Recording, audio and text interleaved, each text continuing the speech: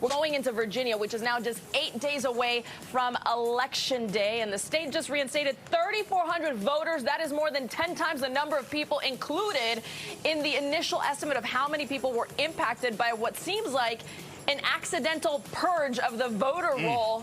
Vernon Miles with Alexandria Now, live with us to talk about, I think all of this kind of unfortunately speaks to the distrust that people have in the election system, unfortunately. And you are in a crossroads where you're in the analog world meets technology, and things like this can happen. But 3,400 voters, that's a lot of people. That's true. I think it also kind of reignites an older debate in Virginia about the rule. Virginia is the only state where if you are a convicted felon, you automatically lose your voting rights. And that's been a big topic in previous years. Previous Governor Terry McAuliffe personally signed a bunch of waivers for people or pardons to allow them to reinstate their voting rights. So in Virginia, if you get that waiver, if you get that pardon from the governor, then you get your voting rights back if you were a convicted felon. The problem with this system was that people who were convicted felons who then later on had things like parole violations or other issues like that, which are not felonies, got put back on the record as being, oh, another felon, voting rights taken away again. So now they're having to go back through that system and sort out which of those people actually had follow-up felonies and which of those people were incorrectly flagged. And let's be correct here, they have 8 days to get this job done?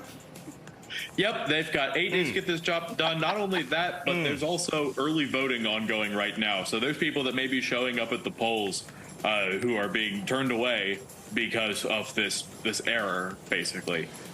But so far, they've restored a lot. And of this list, it sounds like most people had some sort of run-in with the law. Is that right? Right. These are all people, I think everyone that I've seen these are felons who are convicted felons who've done their time, come back out, and have gotten their voting rights restored, and then to be taken away again later on. And sometimes that's another felony, in which case they'd lose their voting rights again, but in other cases, not. And does it seem like the Board of Elections is confident that they can restore these people who lost the right in time to vote in the election? They're working on it.